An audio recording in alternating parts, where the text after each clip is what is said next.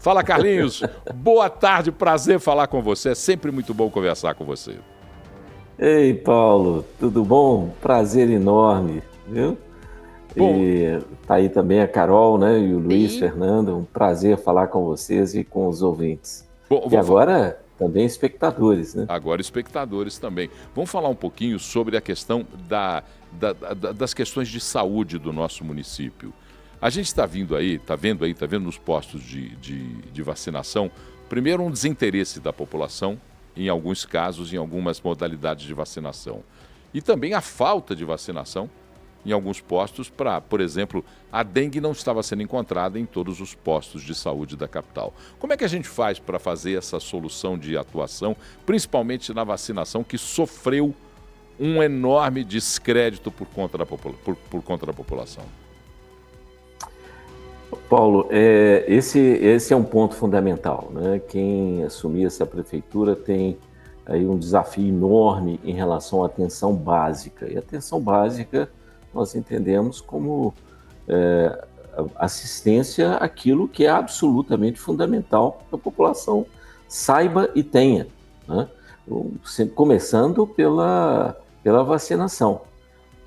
Comparável com a eficácia da vacinação, só o saneamento, em termos de redução de morbimortalidade, ou seja, de adoecimento e morte por doenças as mais diversas, né?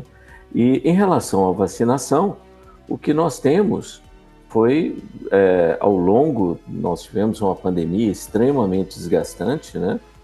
Onde nós tivemos as fake news em relação às vacinas, né? O descrédito não foi em relação às vacinas, foi em relação à ciência, né? O que foi muito mais grave, né? Então, esse descrédito em relação à ciência, né, por parte de um determinado segmento da população, principalmente segmento político, foi algo desastroso para aquilo que nós éramos também referência. Eu estava vendo a Roberta Torres falar aí que a BH Trans era referência, né? O Brasil era referência, né? Em vacinação através do PNI, né? E isso foi muito desgastado no governo anterior, governo federal anterior. Isso foi muito problemático, né? Então, esse desafio é que nós vamos ter nos próximos anos, que o prefeito, quem assumir a prefeitura vai ter, né? De reverter esse processo para controlar doenças que nos causaram enormes problemas, como, por exemplo, sarampo, poliomielite, né? Nós tivemos uma queda da vacinação geral, né?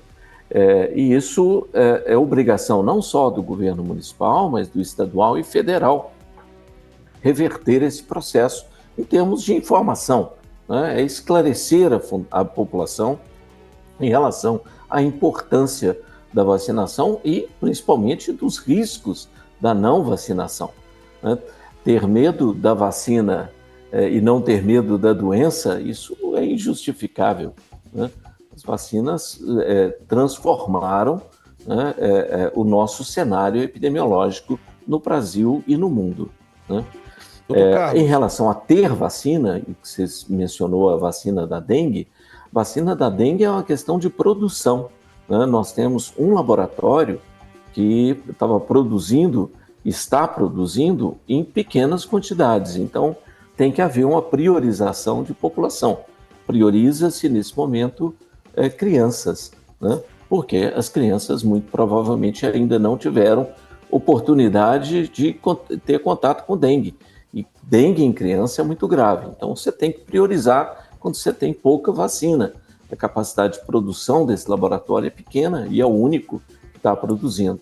Daqui a uns tempos nós vamos ter o Butantan produzindo a vacina e outros laboratórios produzindo, aí sim nós vamos ter um quantitativo suficiente para atender a pandemia, né, a epidemia de dengue, que já nos assola há mais de 40 anos, né? E tende a piorar com essas mudanças climáticas que nós estamos vivendo, né? O aumento da temperatura favorece um ciclo do mosquito mais rápido e durante o ano inteiro. Então, dengue tende a ser, assim como chikungunya, zika, agora maiaro, né, oropouche, são desafios de saúde pública que nós vamos enfrentar nos próximos anos e que, aliás, já estamos enfrentando. Doutor Nós Carlos, tivemos esse ano a maior epidemia de dengue da nossa história. doutor Luiz Fernando aqui, prazer falar com o senhor. O senhor falou Prazer, uma Luiz. palavra muito importante aí, que foi priorização. Imagino que o senhor tenha acompanhado durante a campanha as propostas, as entrevistas dos candidatos, a parte que eles falavam especificamente do que eles pretendem fazer com a saúde da capital. Na sua compreensão, eles estão cientes de quais são as prioridades que uma cidade como Belo Horizonte precisa, uma cidade que é um centro, que atende a outras cidades, né, que é uma metrópole. Eles estão cientes dessas prioridades e as propostas são condizentes com o que é possível fazer por Belo Horizonte? Luiz, pergunta complicada essa sua, porque são tantos candidatos, né? São vários De forma candidatos. geral, né? Realmente é difícil falar individualmente, mas de forma geral. Você ouviu De uma propostas que te maneira agradaram? geral, É isso que eu queria perguntar. todos têm boas intenções, né? Vamos colocar dessa forma.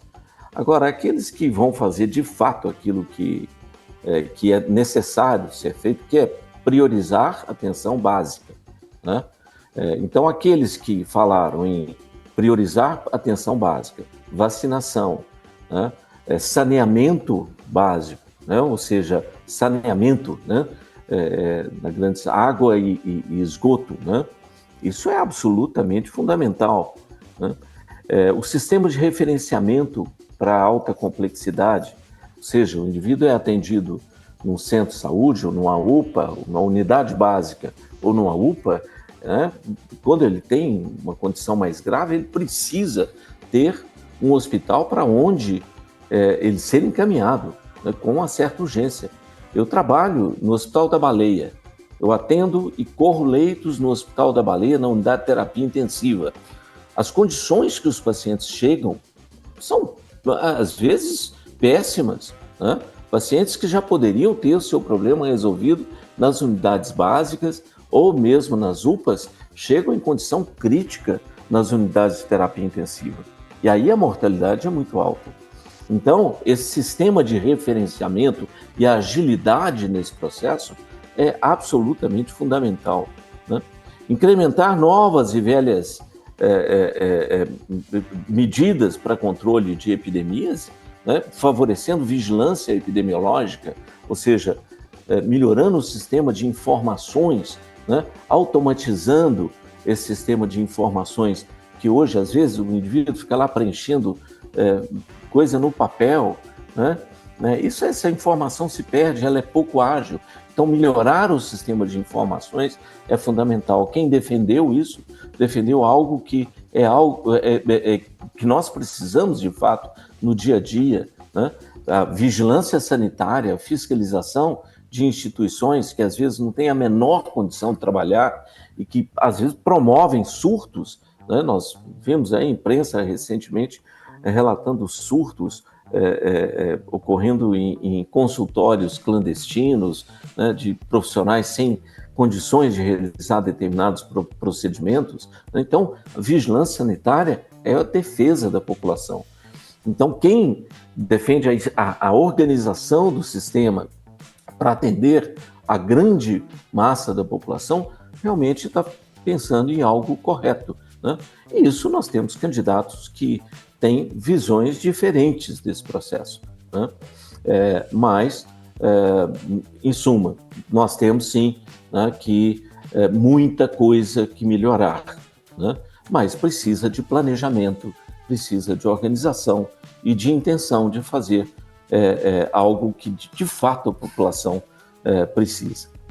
Bom, agradecer o médico infectologista Carlos Starling, esteve aqui conosco. Carlos, você sabe que é sempre um prazer enorme falar com você.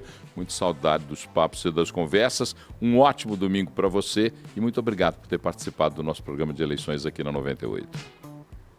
Obrigado, Paulo. Um grande abraço para você, para a Carol, para o Luiz e para todos os espectadores. Grande abraço.